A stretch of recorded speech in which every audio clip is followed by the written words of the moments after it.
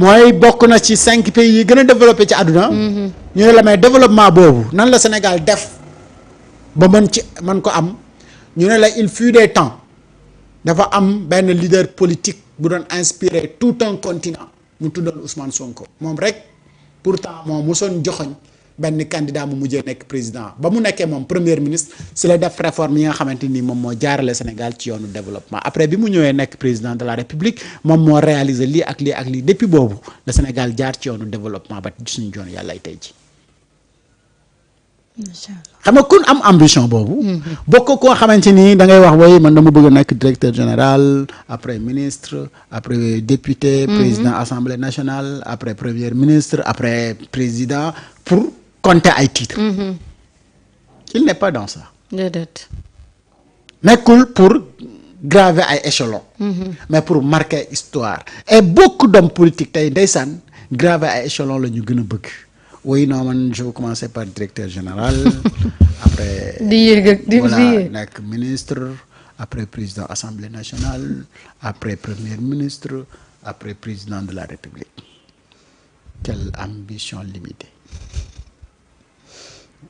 donc ñoom xalaatuñu marquer l'histoire alors que Ousmane dafa xalaat pour marquer l'histoire il fait pas de la politique pour graver ay échelons mais pour marquer l'histoire. nga xamante ni mooy histoire.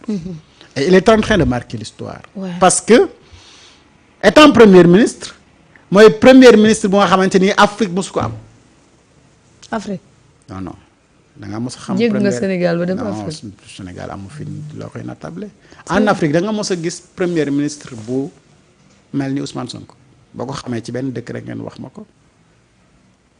la muy def en tant que premier ministre am na ay présidents yoo xamante ni defuñu ko seen dëkk. lii moom nag mooy triste réalité bi. et on l'accepte ou pas.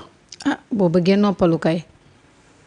c'est ça la politique. ma ne ko boo bëggee noppalu kay ndeysaan ñun nag am nañ fi premier ministre bu ne kon Amadou Ba mu nekkoon na fi suñ premier ministre. waa ndeysaan. Amadou Ba nekkoon na premier ministre Sénégal mais si jamonoy Amadou Ba loo mën a tànk loo mën a takk. moo ma jaaxal. ne lii ci na jamonoy nelaw de. Amadou Ba lañ def jamonoy Souleymane Ndéné Ndiaye loo mën a tànk ne lii la ñu def pour Sénégal. gisuma ko. jamonoy Aminata Touré loo mën a tànk kana accélérer la cadence ak ñoom min seen loo mën a takk ne lii la fi Aminata Touré ak gouvernement am def et cetera donc boo nekkoon di lim des premiers ministres yi fi jaar yëpp da ngay xam ne premier ministre yooyu noonu wax dëgg fa nax yàlla ay benn wii wii lañ ñëw man rek ko këdanoo. ay benn wii wii Sénégal yàgg nañ ñoo nax. sax li Sénégal jot a def sax ci bi Macky Sall jëlee décision wu supprimer poste premier ministre sax moo gën a palpable que bi mu amee premier ministre xam ne donc les premiers ministres là bu ñu demee kay ba président am décision wu dindi ko da nga xam ne wax dëgg premier ministre kay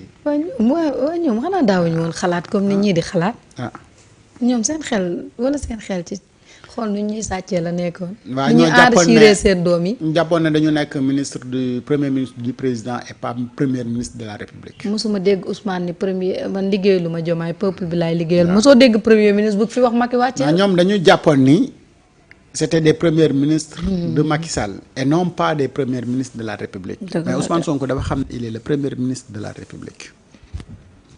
donc république bi ngay liggéeyal mais pas le président de la république. normalement. le président également moom itamit il travaille pour la république et non pas pour ses ministres tant que amuñu conscience boobu wala ñi fa nekk ñoom boobu amuñu conscience boobu mais day métti de. trop. d'accord day su métti de. Moustapha Diop. haute cour de justice la nga xam ne moom la bëggoon muy ab bàyyi ak ndëggandiku daal dinañ ko koy rejeter delloo ko nànk ni ko na delluwaat ca kaso ba toog xaar. le maire de Louga. xam nga xanaa may nooy neex. xam nga ici ñun on a tout le temps parlé sur le cas du maire de Louga. Moustapha Diop. alors ce n'est pas une question de moom fi mu foog ne foofu la problème bi nekk. problème bi nekkul moom fi mu koy wër. fu mu nekk. moom en tant que ministre de la République il n'a pas le droit de payer de l'argent liquide ak ku mu mënti doon. moo tax la dernière fois bi gaa ñi ñëwee ne gars yi blanchir nañ ko parce que ñii ñëpp nee nañu fay na leen waxuñu ne fayu leen mais amul luy justifier que ni yoon bi mu leen fayee noonu la leen waroon fayee parce que xaalisu contribuable bi la donc boo koy génnee dafa am lu koy firnde soo koy joxee dafa am lu koy firnde. Et comment un ministre de la République peut se permettre jël 100 millions de francs CFA di ko fay benn fournisseur. amul décharge amul traçabilité. mais Moustapha lii rek lañ ko laaj ne ko indil justification yi député yi woo ko ne ko ndax mën nga défendre sa bopp mu ne leen kanaa man maay nooy neex gi am na ñu lekk lu ëpp li ma lekk. te lekk bi la ñuy bañ. waaw donc kii xam nga ni wax dëgg fa na yàlla warul woon yegg ak ñun fu muy amee audace su demander une liberté provisoire. mais ces avocats quand même ils sont dans leur droit. mandat de dépôt la am. oui am na mandat de dépôt xaalis bi ka Tabaski Ngom lebal. am na mandat de dépôt si fii.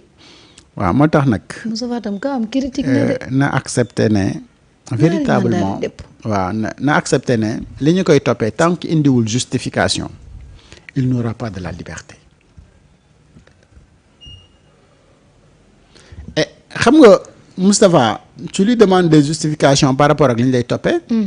mais Moustapha di la indi ci yeneen détails yu nga xamante ni qui n'ont rien à voir ak li nga xamante ni moom moo tax ñu convoqué ko soit yenn mbir am na mooy Moustapha réellement xamul degré wu gravité wu li mu def wala il est en train de jouer avec donc la justice et puisque li mu def dafa graaw nag mais nan apporter ay réponses et ndeysaan ces avocats dimbale leen ko ngir yàlla.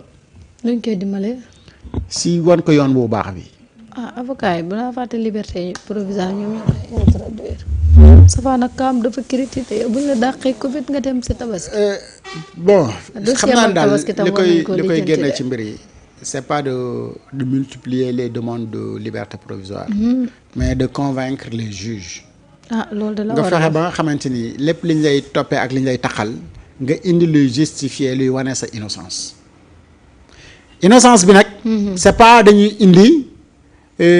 Un fournisseur mu ne wëy commandé woon na ci man kay fay na ba alors di waaw fay nga ko. léegi xaalis bi nga ko fay fan nga ko jëlee yan anam nga ko fayee ak naka nga ko fayee lan moo koy justifier et cetera. point barre lii boo ko defee indi ko teg ko ci table bi sa waay suba juge bi mooy wax toppeetuma la dara demal ñibbi.